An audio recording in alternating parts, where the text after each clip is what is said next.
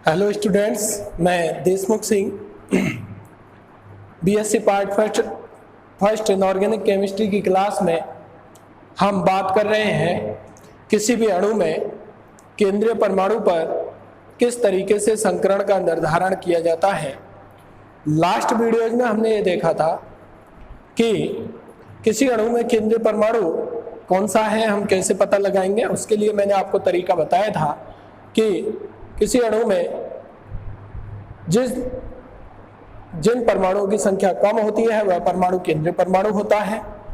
यदि दो समान संख्या में परमाणु उस अणु में उपस्थित है तो वह परमाणु केंद्रीय परमाणु होगा जिसकी विद्युत ऋणता कम होगी। उसके पश्चात केंद्रीय परमाणु को किसी भी अणु में निर्धारित करने के पश्चात हम उस केंद्रीय परमाणु पर संकरण का प्रकार निर्धारित करने के लिए किस सूत्र का उपयोग करेंगे वो मैंने आपको बताया था। n = केंद्रीय परमाणु के संयोजकता कोष में उपस्थित इलेक्ट्रॉनों की संख्या प्लस उस केंद्रीय परमाणु से जुड़े हुए एक संयोजी परमाणुओं की संख्या। और एक संयोजी परमाणु में मैंने 5 परमाणु आपको बताए थे, उनमें से कोई होगा, जितना होगा संख्या में उतना आपको यहाँ जोड़ना है। और उन 5 में से एक था हाइड्रोजन और चारों थे हमारे हेलोजन, फ्लोरीन, क्लोरीन, ब्रोमीन और आयोडीन। प्लस माइनस आवेश बटे 2। प्लस माइनस आवेश कब आपको काम में लेना है, मैंने ये बताया था कि यदि कोई अणु ना होकर के आपके पास कोई आयन है, उस आयन में आपको केंद्रीय परमाणु पर संकरण निर्धारित करना है तो यहाँ पर आपको उस आवेश का उपयोग करना है इस फॉर्मूले में। और यदि वो धनायन है तो माइनस करना है फॉर्मूले में, और यदि ऋणायन है तो प्लस करना है फॉर्मूले में। क्योंकि हम जानते हैं कि धनायन कब बनता है, जब उसमें से इलेक्ट्रॉन निकल जाते हैं तो हम माइनस करेंगे, और ऋणायन कब बनता है, जब उसमें इलेक्ट्रॉन जुड़ जाते हैं तो हम उसमें क्या करेंगे, प्लस करेंगे। जैसा आयन है उसका ठीक उल्टा। आइए, और फिर मैंने आपको बताया यदि n का मान 2 आता है तो संकरण होता है sp, n का मान 3 आता है संकरण होता है sp2, n का मान 4 आता है संकरण होता है sp3, n का मान 5 आता है तो sp3d, 6 आता है तो sp3d2 और 7 आता है तो sp3d3। जब संकरण sp था तो ज्यामिति रेखीय थी, sp2 में त्रिकोणीय समतलीय थी, sp3 में चतुष्फलकीय थी, sp3d में त्रिकोणीय द्विपरिमाणीय थी जिसे हम TBP कह रहे थे, sp3d2 में अष्टफलकीय थी, और sp3d3 में जो ज्यामिति होती है वो पंचभुजीय द्विपरिमाणीय होती है। किसी भी ज्यामिति में जो भी बंद कोण होते हैं वो कितने कितने के होते हैं, जैसे sp में 180, sp2 में 120, sp3 में 109.28 डिग्री मिनट हम बोल सकते हैं। तो इस तरीके से डिफरेंट बॉन्ड एंगल होते हैं। एक अगली वीडियो में हम मॉडल्स के आधार पर, मैं कुछ मॉडल्स आपको शो करूंगा, उसके आधार पर आपको ज्यामिति किस तरीके की कौन सी दिखाई देती है वो हम एक्सप्लेन करेंगे। फिलहाल हम इस वीडियो में ये देखने वाले हैं कि कोई अणु है, उसमें हम किस तरीके से n का मान फाइंड आउट करें और उस n के मान के आधार पर हम उस अणु में केंद्रीय परमाणु पर किस तरीके से संकरण ज्ञात कर सकते हैं। फॉर एग्जाम्पल, मैंने पहला एग्जाम्पल लिया, मान लीजिए हमारे पास है CH4 अणु और यहाँ पर केंद्रीय परमाणु कौन होगा, तो 4 हाइड्रोजन है और 1 कार्बन है, तो ऑब्वियसली जिसकी संख्या कम है वो केंद्रीय परमाणु है, तो यहाँ पर केंद्रीय परमाणु होगा कार्बन। कार्बन n केंद्रीय परमाणु के संयोजकता कोष में कितने इलेक्ट्रॉन है, तो देखिए संयोजकता कोष कार्बन का आप जानते हो, कार्बन वर्ग 14 का तत्व है, p खंड का तत्व है। और जब p खंड के तत्वों के बाह्यतम कोष में इलेक्ट्रॉनों की संख्या यदि हमें निकालनी हो तो हम एक फॉर्मूला यूज में लेते हैं ग्रुप -10। p खंड के जो भी तत्व हैं उनके बाह्यतम कोष में इलेक्ट्रॉनों की संख्या निकालने के लिए, संयोजकता कोष में इलेक्ट्रॉनों की संख्या को निकालने के लिए हम जो फॉर्मूला काम में लेते हैं वो होता है G-10। G का मतलब यहाँ ग्रुप या समूह से है, वो कौन से समूह का है। फॉर एग्जाम्पल, यदि कार्बन है तो कार्बन वर्ग 14 का है तो हम करेंगे 14 - 10, तो उसके बाहरी कोष में इलेक्ट्रॉनों की संख्या कितनी निकल करके आएगी, 4। ठीक है। जुड़े हुए एक संयोजी परमाणुओं की संख्या, और एक संयोजी परमाणु मैंने आपको 5 में से कोई बताया था कौन कौन हो सकता है। इनमें से कोई है होता है तो जोड़ते हैं, नहीं होता है तो छोड़ देते हैं। देखिए यहाँ पर 4 हाइड्रोजन जुड़े हुए हैं, हाइड्रोजन उनके अंतर्गत ही आ रहा है, तो यहाँ हम कितना जोड़ेंगे, 4 हाइड्रोजन है तो 4 जोड़ दिए। प्लस माइनस आवेश, इसके ऊपर कोई आवेश है नहीं तो 0/2।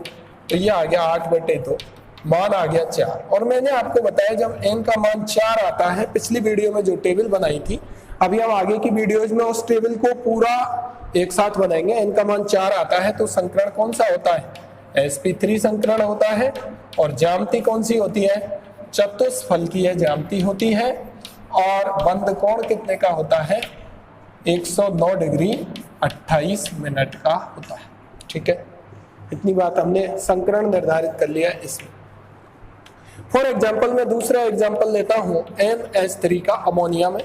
ऑब्वियसली केंद्रीय परमाणु 3 हाइड्रोजन 1 नाइट्रोजन है, तो नाइट्रोजन केंद्रीय परमाणु होगा। n का मान निकालना है। नाइट्रोजन वर्ग 15 का तत्व है, p खंड का तत्व है, 15 - 10 तो कितने आ गए? भारी कोश में 5। एक संयोजी परमाणु जुड़े हैं क्या इससे? इन 5 में से कोई जुड़ा होता है तो जोड़ देते हैं, नहीं जुड़ा होता तो नहीं जोड़ते। 5 में से हाइड्रोजन जुड़े हुए हैं कितने? 3 जोड़ देंगे। आवेश कोई है नहीं बटे 2, तो मान आया 8/2, मान आ गया 4। और जब n का मान आ जाए 4 तो संकरण कौन सा होता है? sp3। और ज्यामिति कैसी होती है? चतुष्फल। ठीक है, ज्यामिति की बात कर रहा हूं, चतुष्फल की ज्यामिति। संरचना और ज्यामिति में अंतर होता है। अगर हम बात करें यहां से कि मान लीजिए हमारे पास है H2O, तो ऑब्वियसली यहां पर केंद्रीय परमाणु ऑक्सीजन होगा क्योंकि वह 1 है और हाइड्रोजन 2 है, तो संख्या जिसकी कम है ऑक्सीजन की कम है, तो केंद्रीय परमाणु ऑक्सीजन है। ऑक्सीजन कौन से खंड का तत्व है? p खंड का तत्व है, वर्ग 16 का तत्व है, तो 16 - 10 तो कितना आएगा? भारी कोश में कितने इलेक्ट्रॉन हो गए ऑक्सीजन के में? 6। एक संयोजी परमाणु जुड़े हैं, इससे हाइड्रोजन जुड़े हैं, कितने हैं? 2, तो 2 जोड़ देंगे। आवेश कोई है नहीं तो 0/2, तो ये भी आ जाएगा 8/2, मान आ गया 4। 4 का मतलब आ गया sp3 और sp3 का मतलब हो गया चतुष्फलकीय ज्यामिति। ठीक है, मान लीजिए मैं अगला एग्जांपल लेता हूं कि मेरे पास आ गया PCl5। तो देखिए फास्फोरस पेंटाक्लोराइड, यहाँ पर फास्फोरस 1 है, क्लोराइड क्लोरीन जो है वो 5 है, तो फास्फोरस हमारा केंद्रीय परमाणु होगा।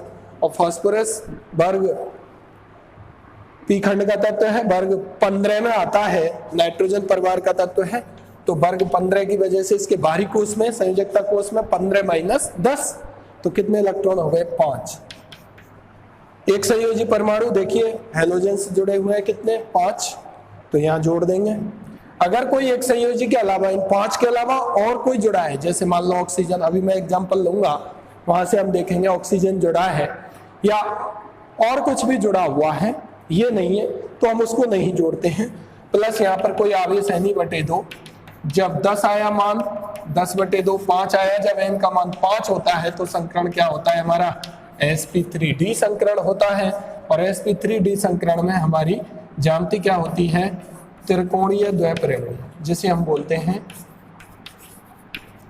TBP। ठीक है, ज्यामिति है, ऐसे हम निकाल लेंगे। मान लीजिए मेरे पास आ गया कोई अगला मॉलिक्यूल SF6, तो ऑब्वियसली सल्फर हेक्साफ्लोराइड में सल्फर होगा केंद्रीय परमाणु, क्योंकि सल्फर 1 है, फ्लोरीन 6 है, तो ये होगा। और सल्फर वर्ग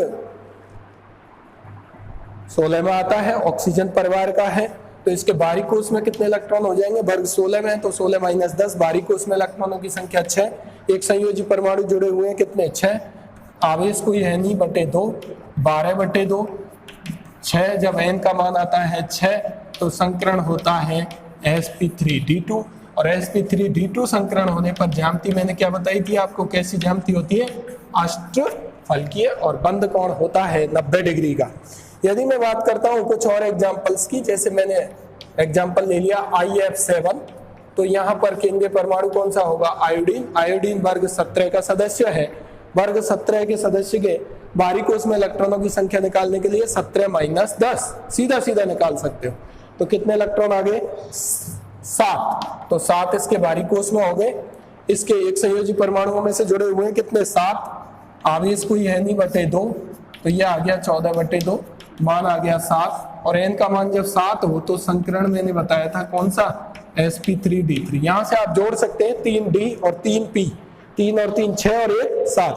जैसे यहां मान आया 6 तो 2 और 3 5 और 1 6, तो यहां से ये होगा पंचभुजीय द्वैपरिमेय। इसकी ज्यामिति होगी, संरचना नहीं। कैसी होगी? ज्यामिति। हो सकता है इसकी संरचना भी यही हो, तो ये कुछ एग्जाम्पल्स हैं जो मैंने आपको लिखे, कुछ अणुओं के एग्जाम्पल्स। आप कोई भी अणु ले सकते हैं और उसमें आसानी से उसमें केंद्रीय परमाणु निर्धारित करते हुए संकरण का प्रकार देख सकते हैं। अब यहां से यदि हम बात करें कि मान लीजिए मेरे पास कोई अणु है बोरॉन ट्राइफ्लोराइड, ऑब्वियसली यहां से केंद्रीय परमाणु कौन होगा? बोरॉन। बोरॉन परिवार वर्ग 13 को हम बोरॉन परिवार के नाम से जानते हैं। ये वर्ग 13 का सदस्य है। तो वर्ग 13 पी खंड का तत्व है। इसके बाहरी कोश में इलेक्ट्रॉनों की संख्या कितनी होगी? 13 - 10। कितने इलेक्ट्रॉन आ गए? 3। एक संयोजी परमाणु जुड़े हुए हैं, कितने? 3। उन 5 में से एक जुड़ा हुआ है, कोई आवेश है नहीं, बटे 2, तो मान आ गया 6/2, मान आया 3। जब n का मान आए 3 तो संकरण कौन सा होता है? sp2 संकरण होता है। और जब sp2 संकरण होता है तो ज्यामिति कैसी होती है? मैंने आपको बताया ज्यामिति होती है त्रिकोणीय समतलीय। ठीक है, आराम से आप निर्धारित कर सकते हैं कोई भी अणु लेकर के। मैंने लिया SOCl2, जैसे मैंने आपको बताया था थायोनिल क्लोराइड। यहाँ पर आपको केंद्रीय परमाणु देखना है तो देखिए 2 क्लोरीन, 1 ऑक्सीजन, 1 सल्फर है।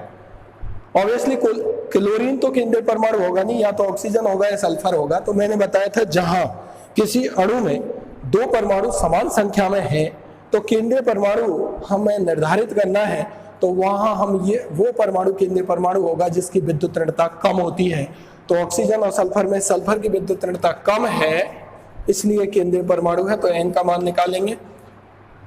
सल्फर वर्ग 16 में आता है, तो 16 - 10 भारी कोश में कितने इलेक्ट्रॉन हो गए? 6। अब यहां देखिए, अब हम चलेंगे ऑक्सीजन। ऑक्सीजन उनमें नहीं है, जुड़े हुए एक संयोजी परमाणुओं की संख्या, तो ऑक्सीजन का नहीं जोड़ेंगे।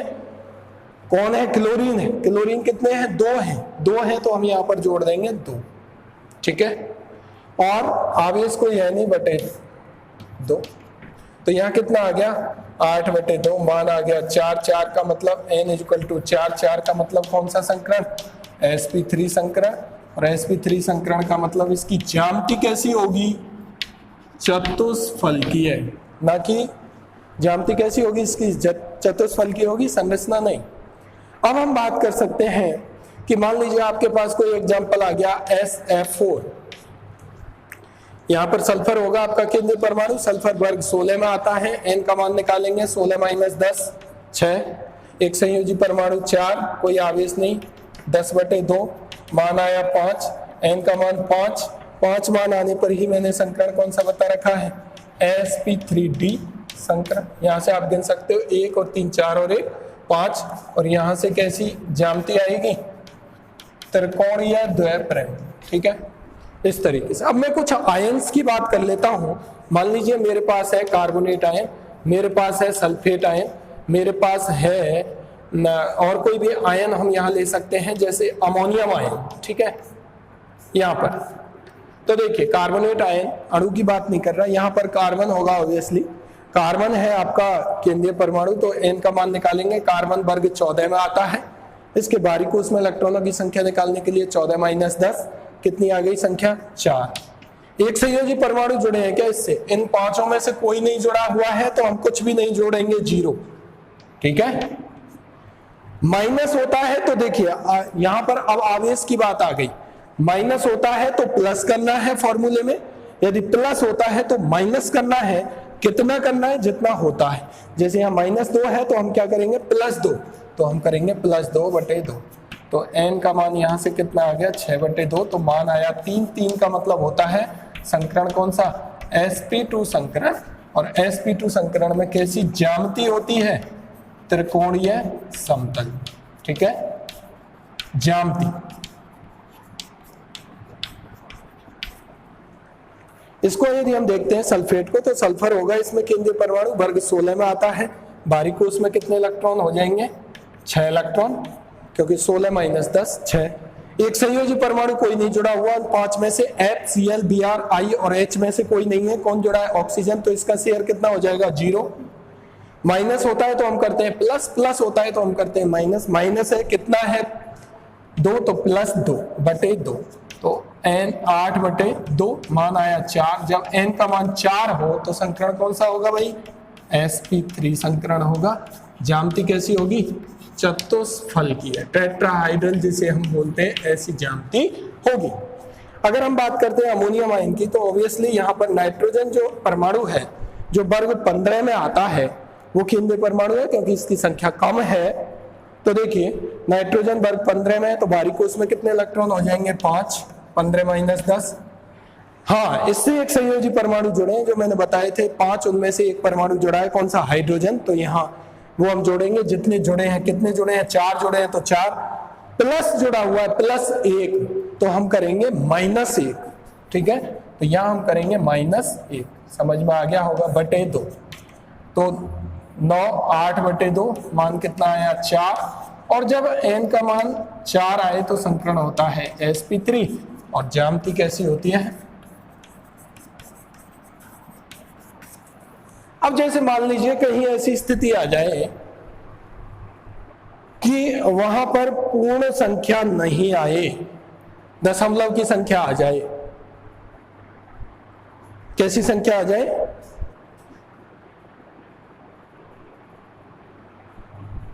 दशमलव की संख्या आ जाए। जैसे मैं कहूं NO2- इसमें निकालो, तो देखिए नाइट्रोजन है यहाँ पर केंद्रीय परमाणु, तो n का मान 15-10, तो 5 बाहरी कोश में। ऑक्सीजन जुड़ा है जो इनमें से नहीं है, इसका मतलब इसका हो गया 0। अब यहाँ पर यहाँ कोई दिक्कत नहीं है, यहाँ पर यदि आपसे कह दिया जाए NO2 कह दिया जाए, ठीक है, NO2 नॉट NO2-, तो यहाँ एक संयोजी का हो गया 0, आवेश कोई है नहीं, 0 बटे 2। अब आ गया 5 बटे 2, तो ये आ गया 2.5। अब हम क्या करें, संकरण कैसे दें, क्योंकि मैंने जो बताया 2 हो तो sp, 3 हो तो sp2, 4 हो तो sp3, लेकिन यहाँ आ गया 2.5।